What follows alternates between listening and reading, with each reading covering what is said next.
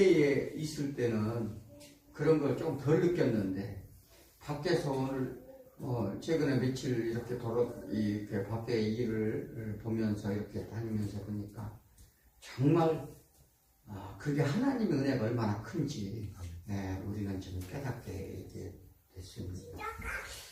자, 오늘은 성령님이 하시는 일 가운데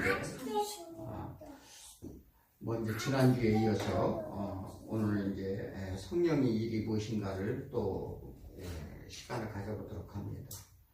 신앙생활 가운데 번민도 하기도 하고 근심도 하기도 합니다. 왜 그럴까? 우리가 신앙생활하면 근심도 없어야 되고 번민도 없어야 되는데 왜 그럴까? 그러나 의심과 어둠과 번민 가운데에서도 결코 넘어지지 않는 것은 성령님이 우리에게 도우심이 있기 때문이라는 걸 알아야 될 줄 믿습니다. 그게 세상 가운데 우리가 힘들 때도 있고 또 신앙생활 가운데 좀 어려움을 겪을 때도 있지만 그래도 믿음이라고 하는 그 테두리 안에서 성령님 우리에게 하기 때문에 다시 한번 우리가 마음을 가다듬고 이렇게 신앙생활을 할 수 있도록 해주시는 것은 오직 성령님이 크신 도움이 있지 않으면 우리는 불가능하다는 사실입니다. 그래서 성령의 사역에 대해 예수님을 말씀하셨어요. 모든 인간에게 죄에 대하여, 의에 대하여, 심판에 대하여 알게 하신다. 성령님이 하시는 첫째 목적입니다. 우리가 죄인이라는 것, 너희가 죄가 무엇인지 깨닫게 하고 또 그리고 의에 대해 하나님의 뜻이 무엇인지 대하여 우리를 알게 하시고 또 그리고 심판의 필연성에 대해서 우리를 고발하고 우리는 이 세상에 사는 동안 하나님이 심판을 이미 하신다. 그것은 성도들에게 오는 필연이다 이렇게 봅니다. 왜 그러냐면 그래서 에레미야서에서도 쭉 보다 보면 가장 먼저 어디에요? 성전에 대한 심판을 예고했듯이 그것은 우리에게 왜 장래에 있을 마지막 심판을 면케해 주는 하나님의 방법이다. 그러므로 우리는 이 세상 가운데 우리는 이미 하나님께 심판을 받아서 죄가 없다. 이렇게 인정을 받게 한다는 거죠. 그러니까 이게 얼마나 감사한 은혜인지 모릅니다. 성령님 우리 안에 오시면 우리가 죄임을 깨닫고 하나님의 뜻하심을 알게 하시고 심판의 필연성과 함께 성령님이 사역에 대해 또 이렇게 지난주에 이렇게 설명을 했습니다. 이를 우리에게 오셔서 죄와 의와 심판을 내리는 것 같지만 세상은 이미 심판을 받았다고 이렇게 말씀하셨습니다. 세상은 이미 심판을 받았다. 그래서 16장 8절에 보면 그러므로 깨닫지 못하는 세상은 반드시 책망할 것이다. 이미 심판을 받았다 확증하는 거죠. 그래서 깨닫지 못하는 세상은 반드시 책망할 것이다 이렇게 말합니다. 그래서 성령님은 예수 안에 있는 자에게 오심의 약속과 함께 하는데 그때 그 진리를 깨닫게 된다 이렇게 말씀하셨습니다. 성령님이 우리 안에 오셔야 진리를 우리가 깨닫는다는 거예요. 그래서 그러므로 예수 그리스도와 십자가에 관하여 알게 하시기에 또 오신다. 예수 그리스도가 십자가를 왜 지셨는지 당시에 제자들은요 이 성령님이 오시기 전에는 절대 알지 못했어요. 그 십자가 왜 돌아가시는지. 그러니까 예수님이 말씀하셨죠. 내가 너희들에게 어디로 가는지 묻는 자도 없고 이렇게 말하는 자도 없고 묻는 자도 없는 것은 왜냐하면 왜 예수님이 십자가를 왜 필연적으로 져야 되는가를 그들이 아직 깨닫지 못한 이유는 뭐냐면 성령님이 아직 오시지 않았기 때문에 너희가 성령 진리의 성령이 오면 알게 될 것이다. 이렇게 말합니다. 그러므로 예수 그리스도와 십자가에 관하여 알게 하시러 오시는 성령님이시다 이렇게 말씀하시기도 하시고 예수님께서 오셔서 말한 것, 행동한 것 모든 것을 알게 하시고 장래일을 너희에게 알리시겠다 말씀하셨어요. 장래일이 뭐예요? 우리가 장래가 어떻게 되어질지 우리가 정말 이 신앙생활 가운데 지금은 고난이 있고 힘들고 이 시편을 보면은요 3분의 1이 탄원시예요. 시편을 가만히 읽어보면은요 하나님의 영광의 찬양시도 있지만 거의 3분의 1 정도가 정말 신앙생활 가운데 힘든 여정길에서 하나님께 간구하는 간구시라는 사실입니다. 우리도 마찬가지예요. 그러니까 우리가 그것은 뭐냐면 우리 신앙인뿐만 아니라 세상 가운데 정말 아까도 말씀드렸지만 서두에 말씀드렸지만 세상 나가면 막 돈에 매여서 막 이 세상에 매여서 그게 죽는 길인지 사는 길인지 모르고 그냥 끝까지 그게 매여 끌려간다. 그러니 그런 막 골치 아프고 혼탁한 세상 가운데 있다 교회 오니까 얼마나 편안한지. 그게 우리가 정말 하나님께 감사해야 될 줄 믿습니다. 자, 그럼 이제 성령님이 우리가 사역을 오신다고 이렇게 말씀하는데 우리는 그 성령님이 언제나 함께 하시는가? 아니면 어떨까요? 성령님이 우리 안에 들어서 들락날락 할까요? 아니면 늘 함께 하실까? 그걸 하셔야 돼요. 자, 함께 해야 되죠. 요한복음 14장 16절에 내가 아버지께 구하겠으니 그가 또 다른 보혜사를 너에게 주사 영원토록 너희와 함께 하리라. 함께 한다고 그랬어요. 영원토록 함께 하시면 약속입니다. 근데 한 번 연합은 이거예요. 잘 하셔야 돼요. 하나님께서 약속하신 성령님과 우리가 한 번 연합은 하나님은 절대 깨신다 안 깨신다? 안 깨신다. 그래서 천국의 삶이란 뭐냐면 하나님과 함께하는 것인데 그가 내 안에 내가 그 안에 거하는 것인데 이는 세상 끝날 때까지 함께 살 것이란 이 하나님의 약속을 우리는 믿는 것입니다. 그런데 가만히 생각 왜 그런데 나는 여전히 천국의 삶을 못 사는가? 성령님이 어떨 때는 안 계신 것 같기도 하고 왜 그런가? 이것은 하나님께서 우리가 세상 가운데 살잖아요. 그러니까 육신의 법이 있고 하나님의 법이 있어요. 또 그래서 천국의 삶을 이 세상에 사는 삶 동안 천국을 맛보기도 하고 또 지옥을 맛보기도 한다는 거예요. 그것은 왜냐하면 천국과 지옥을 경험케 함으로써 인해서 하나님의 은혜를 소원케 되는 과정 중에 있다 이렇게 말합니다. 그러면 우리도 아까도 제가 그랬죠. 그러니까 세상 가운데 나가니까 세상으로 하나님께 오니까 여기가 천국이구나 이렇게 이제 깨닫게 되고 똑같아요. 그래서 이 땅의 창조 목적은 뭐예요? 이 땅의 창조 목적은 뭐라고 생각하시나요? 이 땅을 왜 창조하셨는가? 우리는 이런 문제에 대해서 정말 오도하고 오해하는 경우가 너무나 많습니다. 이 땅의 창조 목적은 하늘나라의 모형입니다. 우리가 사는 동안 하늘나라의 모형으로서 우리가 어떻게 해야 하나님께 갈 수 있는지, 어떻게 해야 하나님과 가깝고 내 참 평안과 안식을 어떻게 얻는지를 우리가 배우는 곳이에요. 훈련받는 곳입니다. 그러므로 이 땅의 삶 가운데 자기 백성에게 성령님을 보내서 하나님이 예수의 보낸 뜻을 깨닫고 사모하게 하고 또 이 땅의 모든 질고를 떠나 완전한 삶을 소망하도록 하는 훈련의 장소라는 걸 믿으시기 바랍니다. 자, 우리 신앙은 이 점을 항상 유의해야 된다. 이제 신앙생활이 어떤 무슨 날마다 무슨 나와서 무슨 축복이나 빌고 어떤 무슨 나에게 문제나 해결하러 들고 이런 게 신앙생활이 돼. 요걸 이제 히브리서에서 6장에서 뭐냐, 이걸 초보 신앙도 못한 자라 이렇게 말합니다. 자, 옛날에 산신령한테 빌었어요. 그잖아요. 우리가 예전 어머니들이 자식이 외국에 군대를 가거나 아니면 직장이 서울에서 자리 남은 그랬을 때 맨날 정한수를 떠놓고 빌었습니다. 그 비는 자리에 예수를 갖다 놓은 것과 다를 바 없다면 어떻게 해요? 되겠어요? 안 되는 얘기죠. 그런데 여전히 우리는 거기에서 벗어나지 못하는 사람들이 너무나 많다는 사실입니다.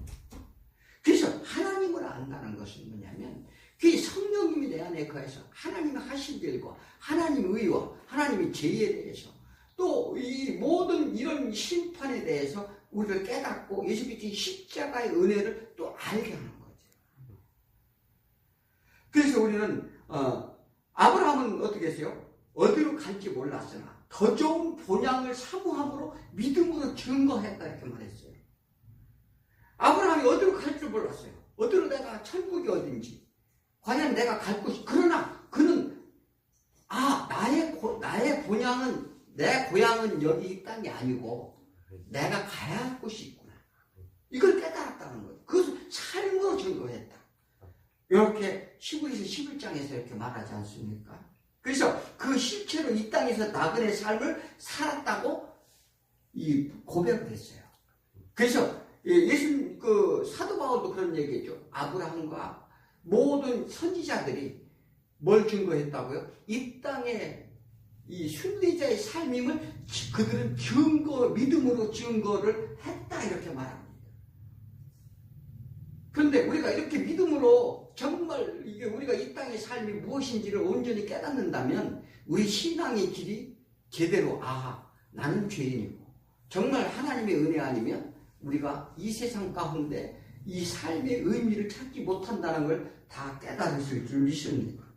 자, 그래서 성령님은 죄악에 빠진 죄인들을 위해 오신 예수 그리스도의 십자가와 장래에 있는 하나님 나라의 평안과 풍요 또 이런 것들 우리의 온전한 행복을 이렇게 알고 깨닫게 해서 죄인들이 예수 앞에 나오지 않고 자신이 영역대로 사는 자를 심판하러 하신다는 것을 확실하게 깨닫는다는 거죠. 그런데 항상 함께 하신다는데 우리는 뭐라 그래요? 기도하면서 성령님을 오시옵소서 오라가라 명령. 이게 말씀을 참 이게 진리를 모르면 말이죠. 그렇게 하게 돼 있어요. 왜? 분명히 너희와 항상 영원히 함께 한다고 약속을 하나님이 오셨는데 우리가 가만히 보니까 내가 성령님 안 계신 것 같으니까 성령님 어디 가셨어요? 저한테 오세요. 오라가라 이렇게 불러냈다. 막 이렇게 한다는 거죠. 우리 이제 이런 것들을 한번 이렇게 뒤집어 한번 생각을 해봐야 돼요. 그래서 귀신 들렸다 하면 어떤 특별한 행동하고 어떤 계기 영화처럼 생각하기도 하고 또 특별히 그런 자를 나타내는 것을 그 귀신 들린 자의 참혹함을 우리에게 보여주시고자 하나님의 방법인데도 불구하고 그러니까 이게 맞아요. 자, 이게 뭐냐면 다시 말하면 뭐냐면 자, 귀신 들린 자 어떤 특별한 행동을 해요. 미친 척하고 그런데 그것을 뭐냐면 우리가 정말 이 하나님이 계시지 않으면 전부 악한 영들이 지배를 받는다는 것을 보여주고자 하는 거예요. 그러니까 특히 그 사람을 통해서 그래서 예수님이 말씀하셨어요. 어렸을 때 날 때부터 안진뱅이요 귀머거리요 소경인 자를 그 자가 아버지 죄입니까? 본인이 죄입니까? 물어봤을 때 그는 하나님의 일하심을 나타내려 하려 하심이라. 그래서 모든 세상의 그런 일들이 우리가 잘 생각해야 돼요. 그러니까 우리 의지로 생각하지 말고 하나님께서 다 뜻하신 바가 있다는 거죠. 그러므로 어떤 현상이나 몸이 아프거나 아니면 어떤 문제 있을 때 그것은 하나님 뜻하시는 바가 있다. 그래서 우리가 그것을 하나님께 간구하고 무엇이 성령님께 간구하는 것은 성령님이 오시려고 하는 게 아니라 성령님이 지금도 계심을 믿고 우리가 그게 하나님의 무슨 뜻입니까? 성령님 저에게 알게 주시옵소서. 이게 온전한 기도다. 이렇게 말씀드린다는 것입니다.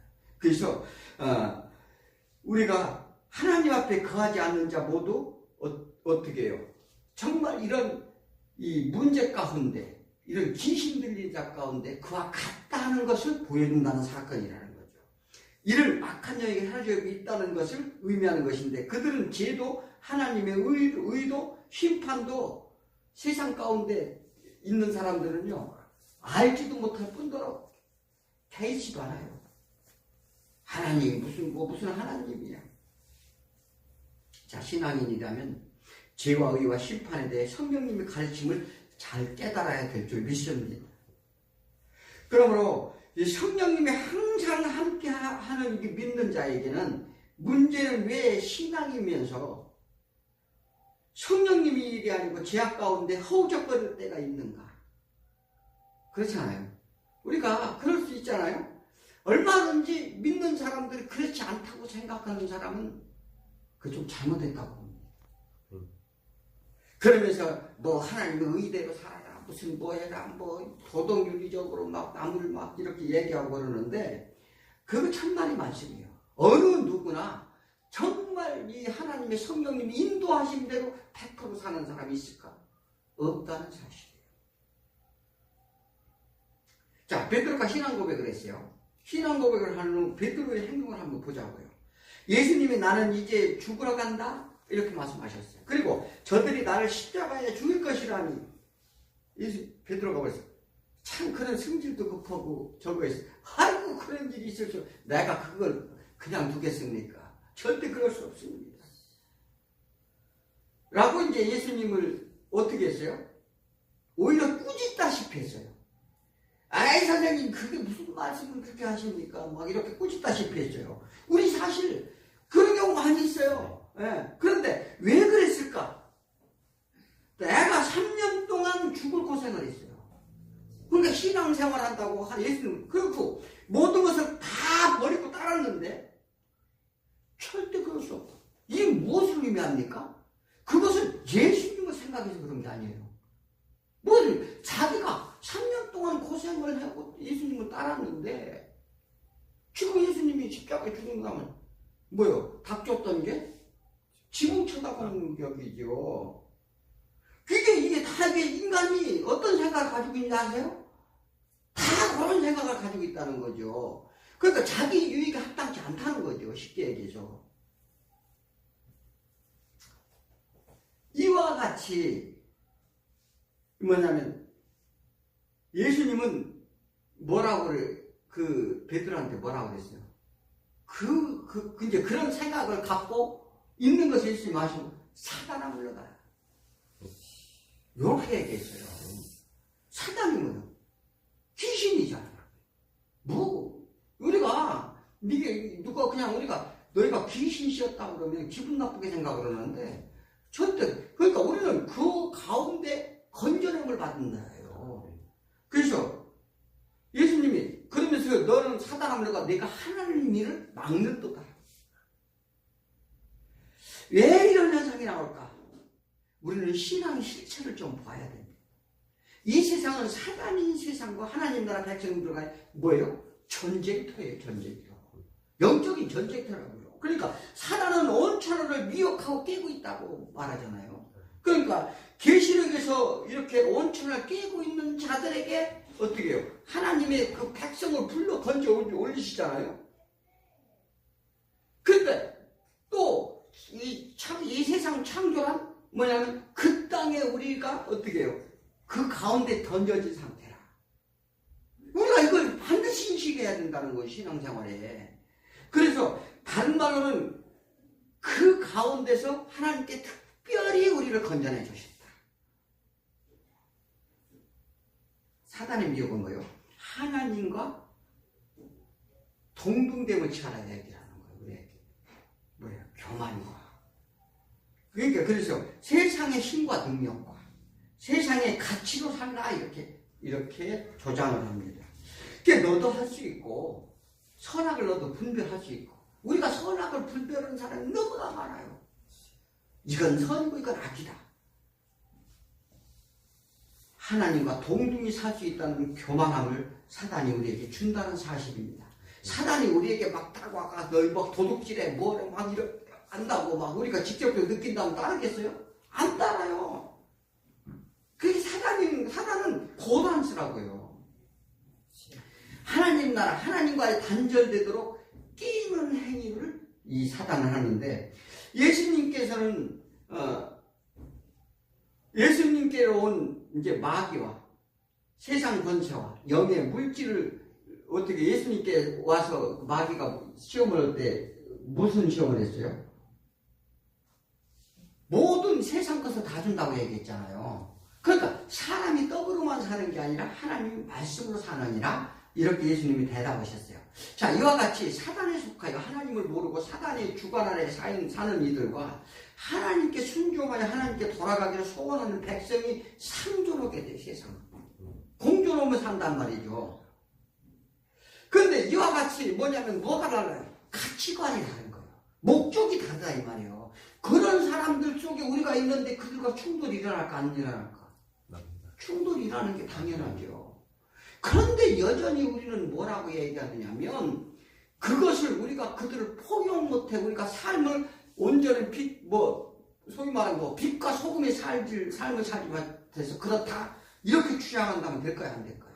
안 되는 얘기입니다. 그죠? 빛과 어둠을 공존할 수 있어요 없어요? 공존을 못하는 거예요. 이건 당연한 거라는 거죠. 그래서 이 기독교를 배타적이니 이렇게 막 치부를 하는데 그건 당연한 거예요. 당연한 결과 우리는 그들이 뭘 한다겠어요? 우리를 핍박하고 우리를 어떻게 해요? 그들이 미워하고 그렇게 한다고 예수님이 분명히 말씀을 했는데 우리는 그들과 하나가 되자는 거예요.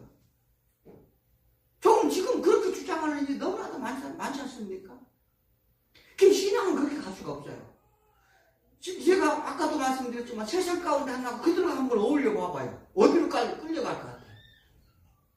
세상으로 끌려가게 돼 있어요. 그래서 이 성도님들이 참 일주일에 정말 주일 예배만 드리고 세상 가운데 산다? 힘들겠구나. 그걸 참 진짜 자산 제가 이거 깨달았습니다.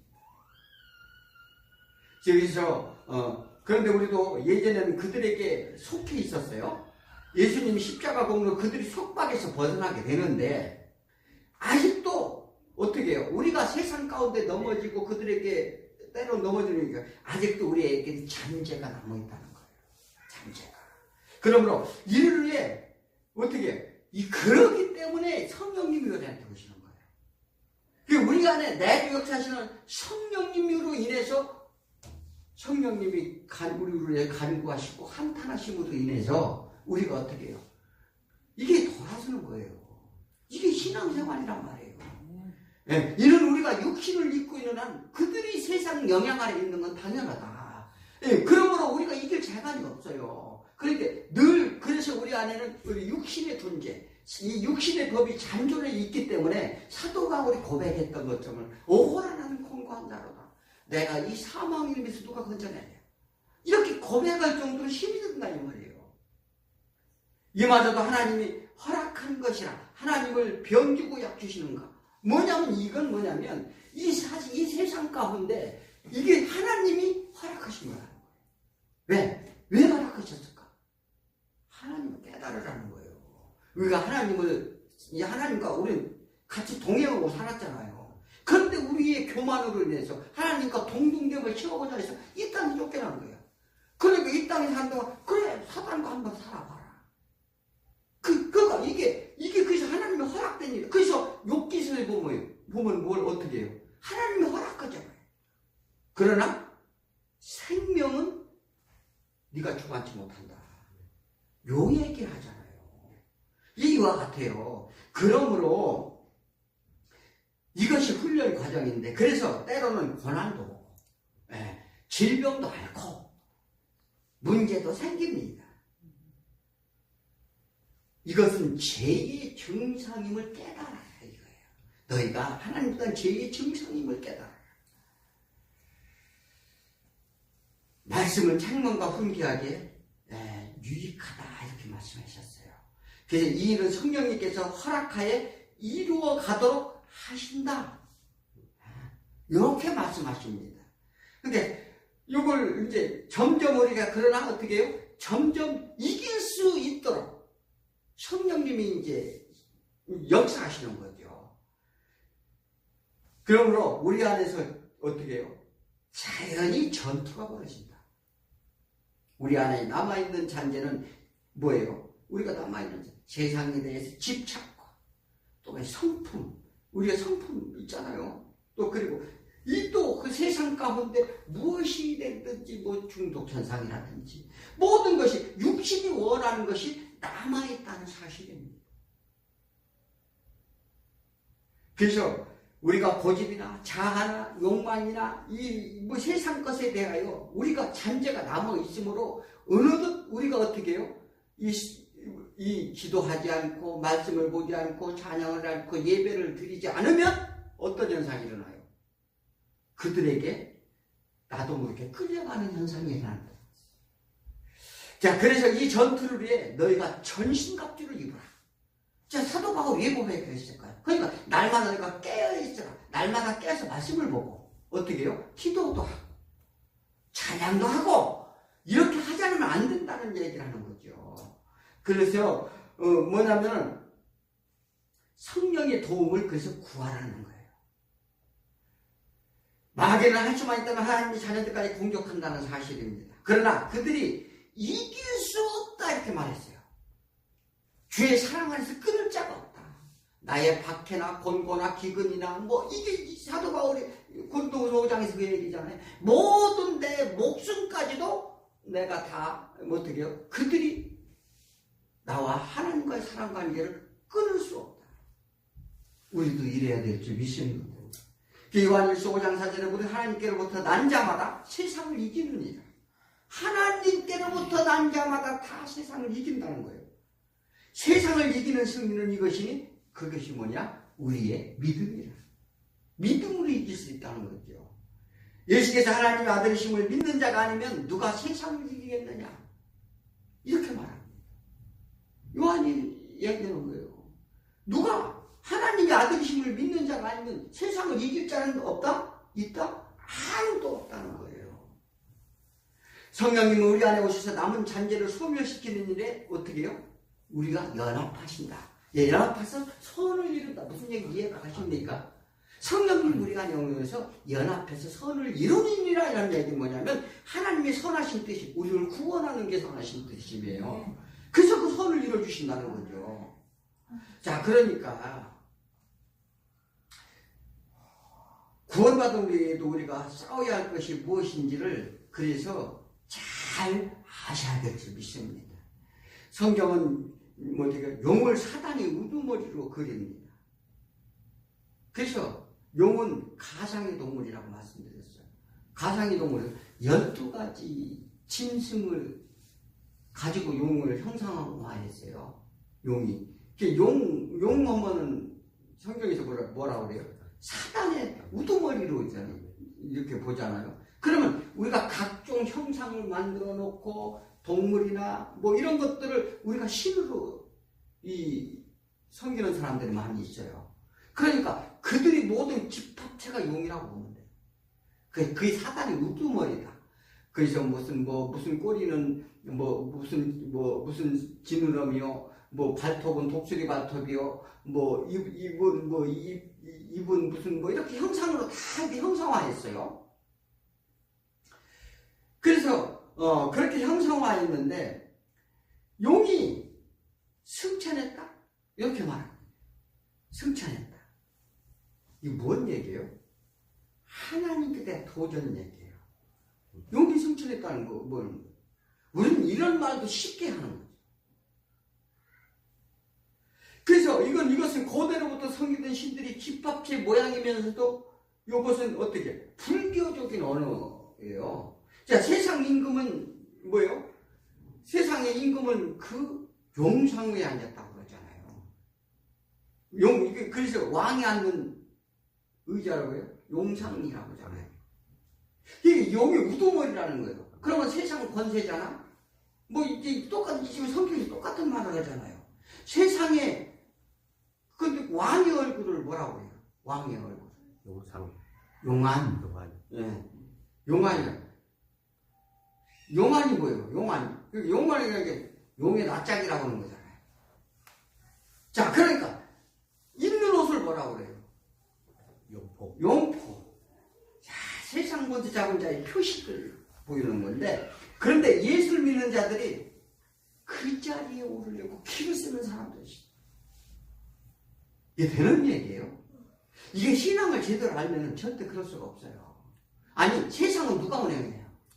그들이 운행하나요? 이게 절대 우리 착각하고 있어요. 그건 믿음이 없다는 얘기죠.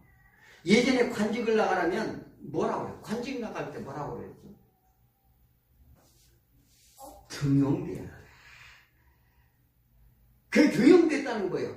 이 권세자들, 이게 용의 권세를 잡았다. 요 얘기 똑같아요. 이렇게 세상을 이렇게 표현하는 거죠. 우리가 아무렇게 말하는 것 같지만 다 의미가 있어요. 또 출세하려면 이렇게 세상 가운데 어떤 집안이 정말 형편없어. 그런데 그 사람 출세했어. 그럼 뭐라고 그래요? 개천에 용났다. 우리가 이렇게 말합니다. 그리고 미꾸라지 용됐네. 참 이렇게 무슨 말인지 우리 이렇게 함부로 하는 경향이 있습니다. 모두 용이 되려고 발버둥 친다는 사실을 볼 수 있다는 사실입니다. 자, 이렇게 얘기하면 세상과 우리가 동떨어진 삶을 살지 않느냐. 참 이게 참 우리가 사실 신앙생활의 딜레마이기도 합니다.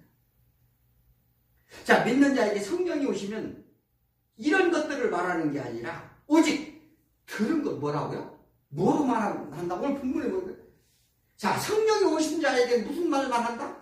오직 예수께 들은 것 누구 내 것으로만 말하리라. 이게 성경을 잘 읽으셔야 돼요.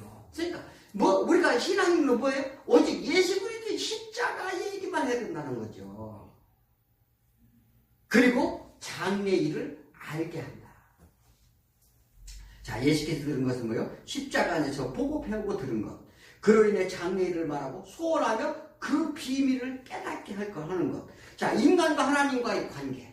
또 이로 인한 하나님과의 진노와 하나님을 떠난 삶의 결과 등을 증거한 예수님의 모든 행적에 관하여 그 뜻을 알지 못했지만 깨닫게 하고 믿게 하실 일을 성령님이 하실 것이다.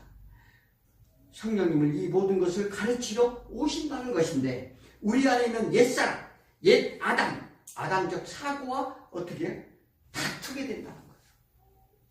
이것이 신앙인이 겪는 우리의 싸움이라 이렇게 말합니다. 야고보서 3장 14절에 너희 마음속에 독한 시기와 다툼이 있으면 자랑하지 말라. 진리를 거슬려 거짓말하지 말라. 자, 이런 지혜는 위로부터 내려온 것이 아니요 땅의 것이요 정욕의 것이니라. 또 진실의 것이니 시기와 다툼이 있는 곳엔 혼란과 모든 악한 일만 있습니다. 자, 야고보는 교회 안에 이런 문제들이 있음을 알았어요. 보고를 받았어요. 자, 그래서 이 독한 시기와 다툼과 말씀과 다른 거짓된 것을 행하고 말하는 것은 사단이 주는 것이다. 이렇게 말합니다. 그래서 사단이 주는 것인지 정말 성령님이 주시는 것인지는 우리의 말씀을 통해서 분별을 가져라. 그래서 예수 그리스도의 얘기만 하지 않고 자기 것을 얘기한다는 것은 이 분별을 갖지 못하면 사단이 주는 말인지 누가 주는 말인지 모르고 받는다 이렇게 말합니다.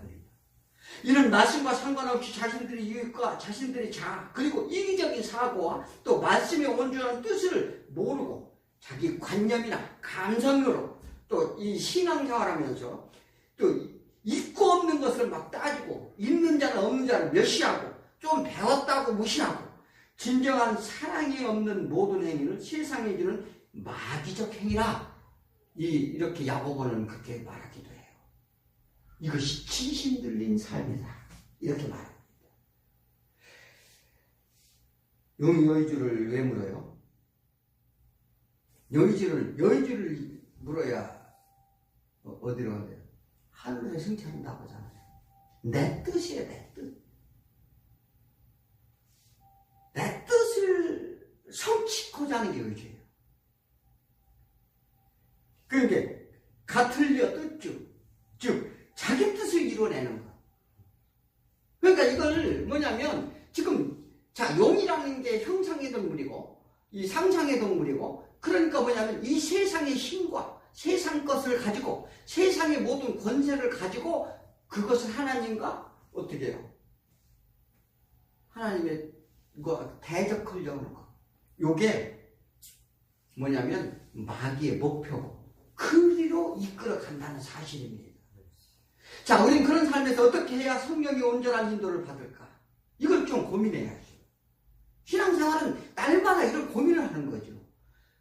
성령은 피우는 말하고요. 그래서 성령이 사람이 되느냐 성령은 안 되느냐 하는 것은 뭐예요? 자, 성령은 어떻게 오신다고 그랬어요? 성령은 바람과 같이, 비둘기와 같이, 이슬과 같이 이렇게 온다. 그래서 그 얘기는 뭐냐면 자, 바람이 어디서 부는지 모르잖아요. 어디서 왔다 어디로 가는지 모르고 언제 오는지도 알 수 없고. 자, 이와 같이 성령이 되는 사람은 다 이와 같다 이렇게 말했어요. 이 얘기는 뭐냐면 성령님은 내가 육안으로 볼 수 없다는 얘기예요. 자, 그러니까 그럼 우리가 어떻게 할까? 바람과 같으면은 이 바람과 같으니 잡을 수 있어요, 없어요? 이거 없어요. 자, 이 얘기는 뭐냐면 그렇다면 우리가 잘 생각해 봐야 돼요. 세상에 공기가 있는 곳에 바람이 있을까요, 없을까요? 있습니다. 바람이 있죠. 자, 요 얘기를 하는 거. 자, 우리 잘 생각. 자, 이 얘기는 뭐냐면 이 공간 안에 있는 곳은 늘 바람이 있어요. 그렇다면 성령님이 어떻게 한다고요? 항상 있다는 거죠. 자, 이게 우리는 눈으로 볼 수 없어요? 성령님 우리가 눈으로 볼 수 없고 잡을 수도 없어요.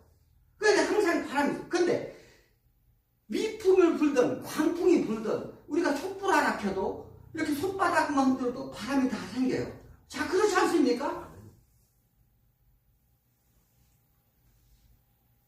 이것을 그렇게 표현하는 거예요. 예수님이 그렇게 이제 하나님 그렇게 표현하는 거예요.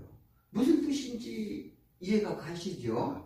자, 그러므로 성령님과 함께 하려면 그분이 뜻을 쫓는 것인데, 그러면 우리와 함께 하신다고 이렇게 말씀하시는데, 그분이 어디나 계심으로 지금 나와 함께 하는 걸 인식하는 것인데, 인식을 하는 걸 어떻게 하느냐? 그 방법은 첫째는 뭐예요? 우리가 하나님과 말씀과 성례와 기도와 자, 찬양과 이런 성령님과 동행하는 것으로 우리가 이제 우리 마음속에 오십니다. 그런데 이 방법 외엔 성령님과 함께하는 방법이 없는다고 말했는데 진리의 성령이 오시면 항상 너와 함께 하신다.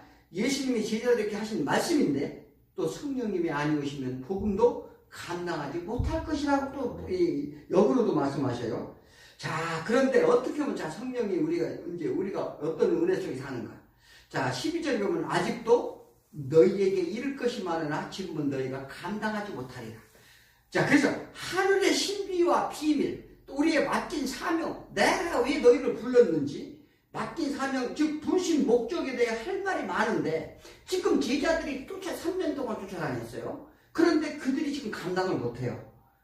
그런데 만지만 성령이 오시지 않고는 알지도 깨닫지도 감당이 못하는 것. 예수님이 십자가를 지고 가야 하는지, 왜 그래야 되는지 조차도 모른다는 거죠. 죄에 대해, 의에 대해, 심판에 대해 죄의 고발과 창조의 목적과 심판의 필연성 알지 못할 것인데 13절에 그러나 진리의 성령이 오시면 너희는 진리 가운데로 인도하실 것이다. 말씀으로 인도하신다. 예수 십자가로 인도한다. 예, 그래서 십자가에 자기를 부인하게 되고, 자기 십자가를 지고, 우리가 육체를 이 십자가에 못 박는다, 이렇게 말합니다. 그러면 우리 죄에 대하여, 나단 육체는 십자가에 죽고, 하나님 의에 대해 의롭게 되고, 심판받지 않는 새로운 피조물이 될 것인데, 이로 인하여 장래일을 영원한 생명과 하나님의 나라의 삶을 알게 하실 것이다. 자, 신앙인은 언제 어디서나 성령님이 붙들고 계심을 인식해야 되는데, 우리가 붙드는 게 아니에요. 그거를 잘하죠. 우리가 성령님과 오셔도 우리가 붙드는 게 아니라 우리는 자꾸 그렇게 하는데 이게 뭐냐면 이게 하나님 말씀대로 해야 돼요. 성령님은 우리가 붙드는 게 아니라 무소부지하신 분이다 이렇게 말하잖아요. 우리는 고백도 잘해요. 우리는 절대성을 가지고 절대 하나님이다 이렇게 말을 하면서도 실질 안 믿어. 기도하는 걸 봐봐요. 하나님은 언약이 신실하시고 절대력이고 능력을 가지신 분이고 모든 걸 다 이렇게 고백을 합니다. 그러면서 내가 의심하는 거예요. 그러면서 자꾸 달라고 그러고 막 자꾸 이렇게 하죠. 자, 성령님 안에가 우리가 있다는 것인데 이 얘기는 우리가 성령 안에 가는 거 뭐냐면 자, 우리가 한번 생각을 해보세요. 이 공기를 우리가 무엇을 잡을 수가 없듯이 바닷물을 그물로 뜨면 어떻게 되겠어요? 하나도 못 뜨죠. 우리가 그물을 바다에 잠그는 거예요. 바다에 던지는 거예요. 바다에 던지는 거. 이게 이 원리를 제공하는 거야. 너희가 뭐냐면 성령님을 잡는 게 아니라 너희가 성령 안에 그냥 잠기는 거예요. 아멘. 예, 이게 우리 신앙의 방법이란 말이죠. 그러니까 우리가 믿음이 없으니까 성령이 못이 없어서 나한테 붙잡아이 없어서 뭐 맨날 이렇게 가는 거예요. 그러므로 우리가 이게 누가 얘기했느냐면 톨스토이가 한 얘기예요. 톨스토이가. 그래서 그렇게 하려면 너희가 말씀과 기도와 찬양과 이것이 날마다 너희가 그렇게 하고 있으면 성령님이 너희 안에 너를 덮어준다 이 말이에요. 네. 그래서 예배로 또 이렇게 하는데 그래서 우리가 그 안에 잠겨 그 은혜 안에 덮임을 받는 것이지 우리가 무슨 뭐 성령님 오라고 오고 뭐 가라 오고 뭐 필요 없다 오고 이렇게 하는 게 아니란 말이죠. 세상 쪽으로 나가 세상 사람들과 그들의 풍조로 따라 살다 보면 성령님을 인식하지 못합니다. 진짜요 우리가. 자 그런데 성령님은 세상의 근심 세상 속의 두려움 속에 성령님 우리를 도우고 계신다는 사실을 우리는 아시기 바랍니다. 항상 우리를 도우신다. 그래서 사단은 우리를 자꾸 넘어뜨리려고 자신을 준다고 하는 완전한 포기 상태에 이르도록 우리를 파멸시키려고 하는데 이 골대금업자가 뭐예요? 처음에는 작은 돈을 빌려주죠. 그리고 점점 그래서 결국 인생을 파멸시키는 것 같아요. 그러므로 인간의 죄와 육신이 소욕과 함께 중독시키는 거죠. 그러므로 해서 그런 상태에서 조금씩 어떻게 성령님은 우리에게 건져낸다는 것은 그런 상태에 조금씩 벗겨내는 거예요. 벗겨냄으로 인해서 성령님이 크신 능력 아래 거할 수 있도록 완전히 덮음을 받을 수 있도록 우리가 들어가는 것을 우리는 아시기 바랍니다. 그래서 이 신앙은 점점 되어가는 거죠. 이게 14절에 뭐라고요? 14절을 오늘 14절 읽어보면 그가 내 영광을 나타내니 내 것을 가지고 너희에게 알리게 하십니다. 성령님이 함께 하시는 분에 순종하는 자를 세우겠다는 얘기예요. 그래서 뭐냐면 하나님의 영광을 나타내게 하신다는 것인데 우리의 본질은 죄 가운데 있고 그 속박에서 나오질 못하는데 그 결박을 풀도록 하신다. 우리 믿으시기 바랍니다. 그러므로 모두 다 예수님이 하신 일을 가르치시는데 그가 도우신 일 모두 예수의 것을 가르치시고 또 성경을 통해 말씀하신 뜻이 의미도 알려하시고 예수님의 십자가를 인도하심으로 다시 우리를 생명을 살리신다는 걸 믿음을 가질 수 있도록 인도하신다. 그 15절 뭐라고요? 물론 아버지께 있는 것은 다 내 것이라 그러면 내가 말하기를 그가 내 것을 가지고 너에게 알리시리라 하였노라. 그러니까 내 것을 가지고 너에게 알리신다는 거예요. 그러니까 우리가 할 일은 예수의 말씀과 행적을 아는 거예요. 그래서 꾸준히 예수 그리스도가 무슨 표적과 이적을 펼쳤으면 그 뜻이 무엇인지 왜 이것을 알고자 노력을 해야죠. 그런데 기적만 보고 무슨 소경이 눈을 뜨게 했으니까 아픈 사람 고쳐주네 이게 갖고 이게 생명이 사는 문제가 아니라는 거 사실입니다. 성령은 처음부터 우리 구원인 예수를 보내실 것을 말씀하시기 위해 그 필연적인 역사를 통해 설명하시고 그래서 예수 안에 있어야 한다. 그의 사랑 안에서 그의 지혜와 총명을 배우라. 그래야 분별함이 있고 그래서 열매가 맺게 될 것이다. 이렇게 바울이 고백하는 거죠. 우리가 하나님을 붙드는 게 아닙니다. 하나님이 우리를 붙들어 주시는 거예요. 예수 그리스도 은혜로 붙들림 받고 그 은혜의 바다로 들어가는 것을 우리는 믿으시기 바랍니다. 은혜의 바다로 들어가는 거예요. 예수를 아는데 그래서 전심을 다하라. 그 안에 가면 열매 맺는 우리가 되길 축원하나 기도합니다. 하나님 아버지 감사합니다.